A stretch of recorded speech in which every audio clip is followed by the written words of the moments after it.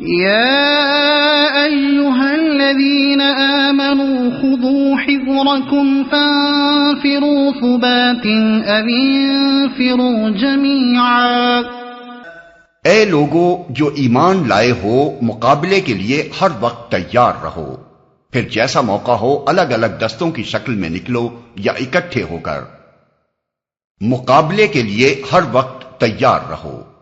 واضح رہے کہ یہ خطبہ اس زمانے میں نازل ہوا تھا جب احد کی شکست کی وجہ سے اطراف و نواح کے قبائل کی ہمتیں بڑھ گئی تھیں اور مسلمان ہر طرف سے خطرات میں گھر گئے تھے. آئے دن خبریں آتی رہتی تھیں کہ فلاں قبیلے کے تیور بگڑ رہے ہیں، فلاں قبیلہ دشمنی پر آمادہ ہے، فلاں مقام پر حملے کی تیاریاں ہو رہی ہیں. مسلمانوں کے ساتھ پے در پے غداریاں کی جا رہی تھیں. ان کے مبلغین کو فریب سے دعوت دی جاتی تھی اور قتل کر دیا جاتا تھا. مدینے کے حدود سے باہر ان کے لیے جان و مال کی سلامتی باقی نہ رہی تھی. ان حالات میں مسلمانوں کی طرف سے ایک زبردست سعی و جہد اور سخت جانفشانی کی ضرورت تھی تاکہ ان خطرات کے ہجوم سے اسلام کی یہ تحریک مٹ نہ جائے. وَإِنَّ مِنكُمْ لَمَن لَّيُبَطِّئَنَّ فَإِنْ أَصَابَتْكُم مُّصِيبَةٌ قَالَ قَدْ أَنْعَمَ اللَّهُ عَلَيَّ إِذْ لَمْ أَكُن مَّعَهُمْ شَهِيدًا وَلَئِنْ أَصَابَكُمْ فَضْلٌ مِّنَ اللَّهِ لَيَقُولَنَّ كَأَن لَّمْ تَكُن بَيْنَكُمْ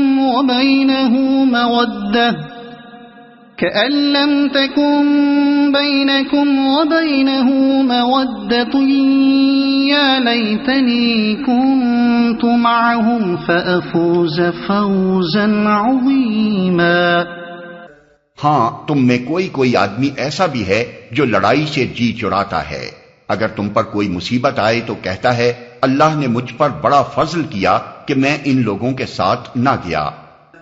اور اگر اللہ کی طرف سے تم پر فضل ہو تو کہتا ہے، اور اس طرح کہتا ہے کہ گویا تمہارے اور اس کے درمیان محبت کا تو کوئی تعلق تھا ہی نہیں، کہ کاش میں بھی ان کے ساتھ ہوتا تو بڑا کام بن جاتا. تم میں کوئی آدمی ایسا بھی ہے جو لڑائی سے جی چراتا ہے. ایک مفہوم یہ بھی ہے کہ خود تو جی چراتا ہی ہے، دوسروں کی بھی ہمتیں پست کرتا ہے اور ان کو جہاد سے روکنے کے لیے ایسی باتیں کرتا ہے کہ وہ بھی اسی کی طرح بیٹھ رہے ہیں.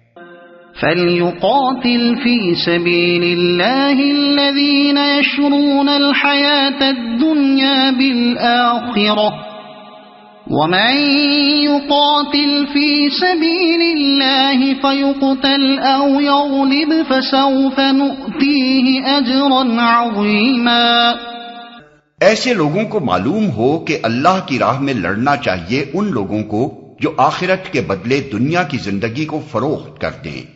پھر جو اللہ کی راہ میں لڑے گا اور مارا جائے گا یا غالب رہے گا اسے ضرور ہم اجر عظیم عطا کریں گے.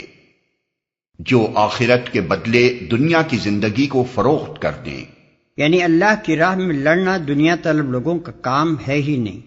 یہ تو ایسے لوگوں کا کام ہے جن کے پیش نظر صرف اللہ کی خوشنودی ہو، جو اللہ اور آخرت پر کامل اعتماد رکھتے ہوں اور دنیا میں اپنی کامیابی و خوشحالی کے سارے امکانات اور اپنے ہر قسم کے دنیاوی مفاد اس امید پر قربان کرنے کے لیے تیار ہو جائیں کہ ان کا رب ان سے راضی ہوگا، اور اس دنیا میں نہیں تو آخرت میں بہرحال ان کی قربانیاں ضائع نہ ہوں گی.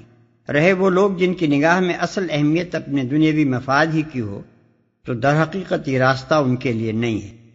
وَمَا لَكُمْ لَا تُقَاتِلُونَ فِي سَبِيلِ اللَّهِ وَالْمُسْتَضْعَفِينَ مِنَ الرِّجَالِ وَالنِّسَاءِ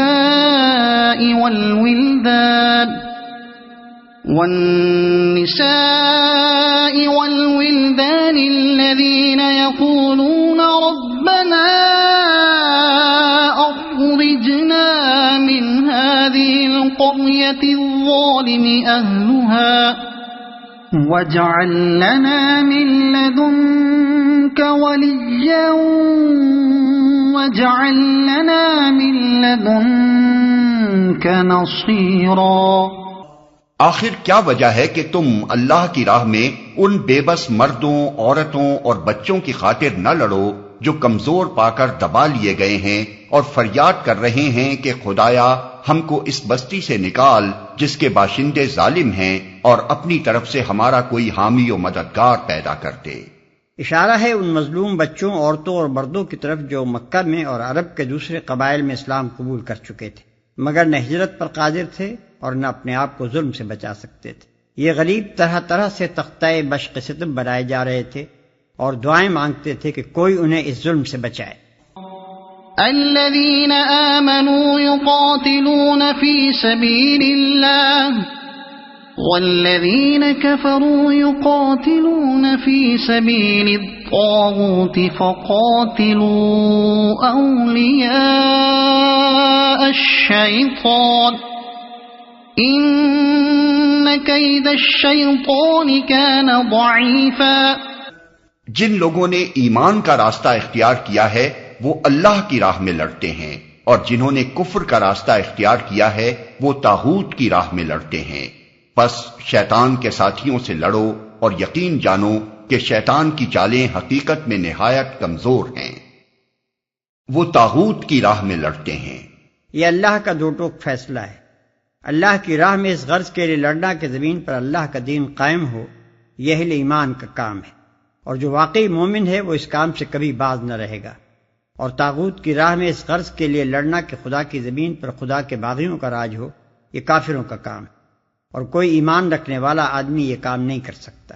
شیطان کی چالیں حقیقت میں نہایت کمزور ہیں، یعنی بظاہر شیطان اور اس کے ساتھی بڑی تیاریوں سے اٹھتے ہیں اور بڑی زبردست چالیں چلتے ہیں، لیکن اہل ایمان کو نہ ان کی تیاریوں سے خوفزدہ ہونا چاہیے اور نہ ان کی چالوں سے۔